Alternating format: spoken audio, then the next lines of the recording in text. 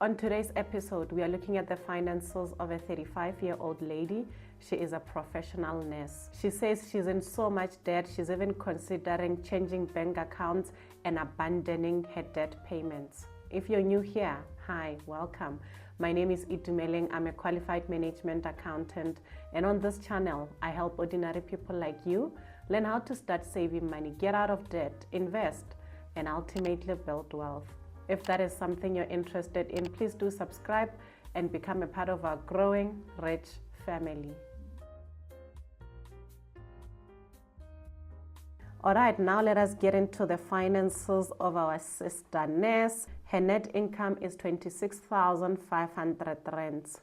That's not a bad income at all. And she says on top of this monthly income, she also receives overtime from time to time, as well as a 13th check. But despite all of that, our sister says she's in so much debt that she's even considering running away from her monthly payments. So let's look at her savings and investments as well as debt balances so that we can see what kind of debt is this that makes our Ness sister want to run away. Savings and investments, 100,000 rands. Okay, that's good. That's a decent amount of savings. So that is an emergency fund, a good emergency fund. It's not 00, so that's good. Now let us look at the debt balances. FNB overdraft, 4,250 rands. SA home loan, 51,500 rands. What was the SA home loan for? She says she made a boundary wall. She took out this loan to build a boundary wall for her house. I said, oh, you took out a loan for a stop nonsense? She said, don't call it that. It's a boundary wall. Stop nonsense. FNB credit card, 61,000 rands. FNB loan B, 74,000 rands. Standard Bank credit card, 109,500 rands. FNB loan A, 124,000 rands. Capitec loan, 235,000 rands. She said, you know what? I can explain the Capitec loan. The Capitec loan I took so that I can pay off my car finance. Okay, you took out a personal loan to pay for a vehicle loan. Why? She said, yes, ma'am, because I didn't want to continue having car payments. What was the interest on the car finance compared to the personal loan? She said, no, I don't know. I didn't think about all of that. I just wanted cash so that I can pay off the car. Is the car paid off situation in the room with us? Because the car is not paid off. It's still here. The car balance is still here, but now with a bigger interest. And she's not alone. There are people that will go out, take out a personal loan, and then use it to buy a car cash. And they're like, yeah, I bought the car cash. I just took a personal loan, and then I never have to have car payments. Our sister had a car finance, and she said, I don't want the car finance. I don't want the car payments. I'm going to pay it off with a loan. Land, 600,000 rands.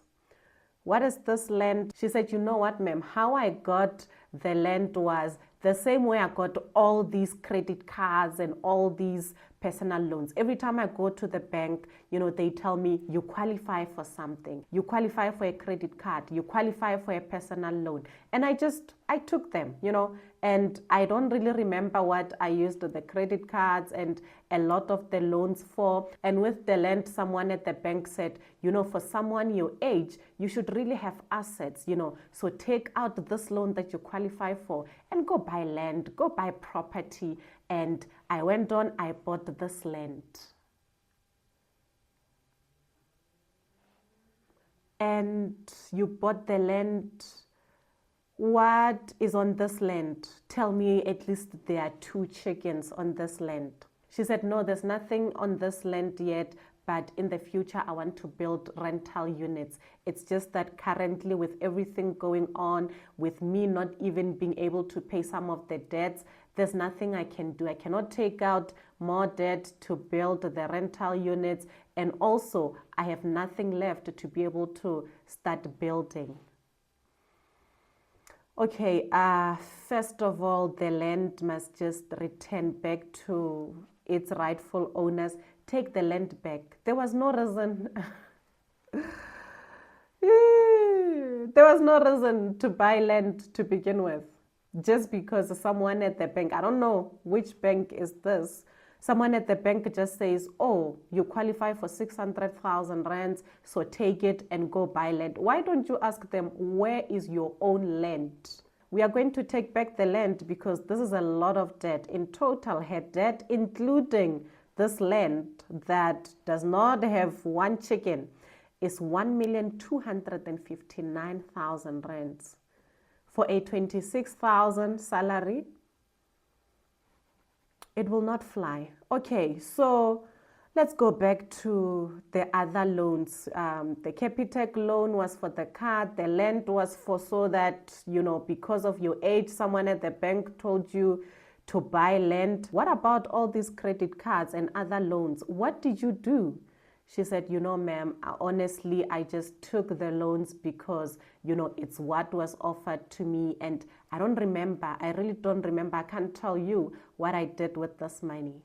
And if it was anyone else, I would believe her, because these things happen. Because people will just take out loans because, they are there, because they are on your banking app, or someone at the bank says you qualify. But you guys know the stereotype about nurses, huh? And I'm just thinking, when someone has bought a quantum, you can just tell something is off, huh? Did she not buy a quantum, this one? We don't know, because she says she doesn't know. And if she did buy a quantum, she doesn't remember. Now we need to find solutions. We are in a lot of debt for a lot of things that we can't remember, whether it's a quantum or not a quantum. We have to find a way to move forward. We have to find a way to pay off, reduce these debts so that our sister can move forward, so that she can be able to sleep at night and stop thinking about running away from her debts. So you have 100,000 in savings. Good job. A nice amount of money that you have there, but why is it just sitting there pretty being decoration when you have so much debt? Why haven't you used some of the 100,000 rands towards some of these debts? She said, the 100,000 is my only hope. It's all I have. Because of all these debts, it's the only thing that makes me feel peaceful, like I have some money to myself, so I don't want to use the 100,000 rands towards the debts.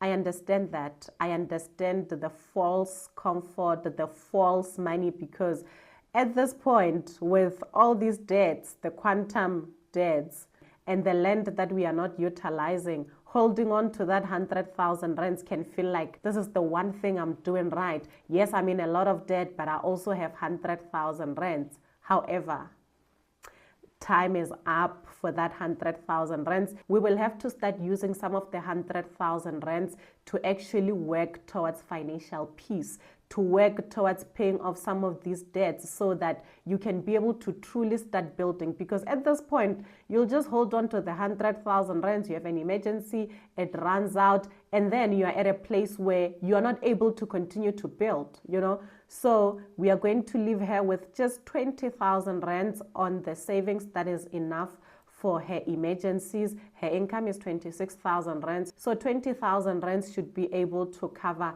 1 month of expenses for her. So that is a good starter emergency fund. And then we take the whole 80,000, we snowball the debt. I've already listed it from smallest to biggest. We start with the FNB overdraft and the SA home loan. We pay those off, they amount to 55,750 rands. And then from our 80,000, we'll be left with around 24,000 rands. Then we start taking the FNB credit card next. When we put the 24,000 into the FNB credit card, we'll be left with around 36,000 rands outstanding on the FNB credit card.